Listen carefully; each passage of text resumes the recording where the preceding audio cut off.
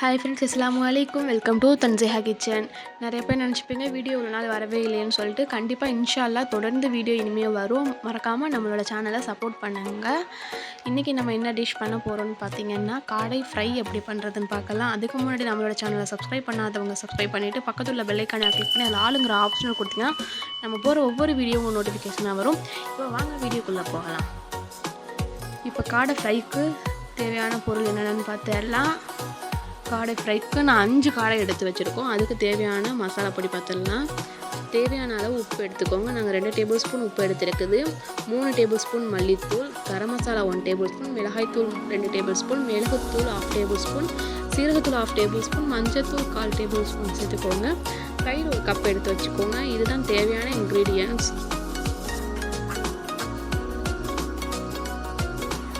இப்போ ஒரு சட்டி வச்சுக்கோங்க. அந்த சட்டியில் தயிர் சேர்த்துக்கலாம்.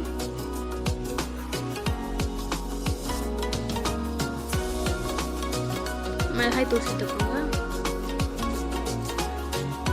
கரம் மசாலா சேர்த்துக்கோங்க. மல்லித்தூள் சேர்த்துக்கோங்க. சீரகத்தூள் சேர்த்துக்கோங்க. மிளகுத்தூள் சேர்த்துக்கோங்க. மஞ்சத்தூள், அப்புறம் உப்பு, இதெல்லாம் சேர்த்துட்டு 2 டேபிள் ஸ்பூன் இஞ்சி பூண்டு பேஸ்ட்டு சேர்த்துக்கோங்க. இஞ்சி பூண்டு பேஸ்ட்டு சேர்த்து நல்லா கையை வச்சு மிக்ஸ் பண்ணி விட்ருங்க. விட்ட பிறகு காடையும் போட்டு காடையும் சேர்த்து நல்லா மிக்ஸ் பண்ணி விட்ருங்க. இந்த மாதிரி கோடு போட்டுக்கோங்க காடையில். அப்போ தான் உள்ளார மசாலா இறங்கி நல்லாயிருக்கும். இப்போ இதை மாதிரி நல்லா பரட்டி வச்சாச்சு. ஒரு அரை மணி நேரம் கழித்து பாதி லெமனை புழிஞ்சு ஊற்றிக்கோங்க. ஏன்னா நம்ம தயிர் ஊற்றிருக்கோம், புளிப்புருவோம். பாதி லெமன் மட்டும் போதும்.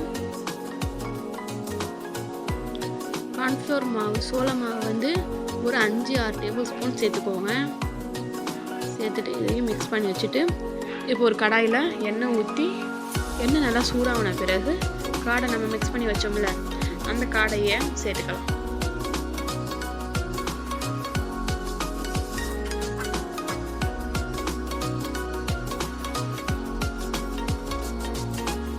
நல்லா சூடு வந்தோடனே நல்லா சேர்த்துக்கோங்க. 2 காடை போட்டாச்சு. நல்லா பொரியட்டும்.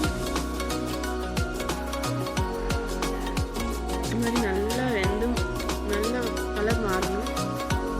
பாருங்கள், நல்லா பொரிஞ்சிடுச்சு. நல்லா பொரிஞ்ச பிறகு அதுவே தன்னால் கலர் நிற்கவும் திருப்பி விடுங்க. ஒட்டிகிட்டு இருக்கும்போது திருப்பக்கூடாது. நல்லா வந்துடும். கலந்துக்கிட்டு எல்லா பக்கமும் முன்னாடி பின்னாடி நல்லா புரட்டி போட்டு வேக வைங்க. அப்போ தான் நல்லா கிறிஸ்பியாக நல்லாயிருக்கும்.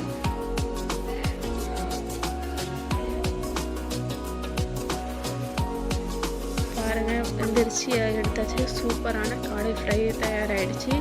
கண்டிப்பாக இந்த டிஷ்ஷை உங்கள் வீட்டில் நீங்களுமே ட்ரை பண்ணி பாருங்கள். மறக்காமல் நம்மளோட சேனலை சப்ஸ்கிரைப் பண்ணுங்கள், லைக் பண்ணுங்கள், ஷேர் பண்ணுங்கள், கமெண்ட்ஸ் பண்ணுங்கள். தேங்க்ஸ் ஃபார் வாட்சிங். அஸ்ஸலாமு அலைக்கும்.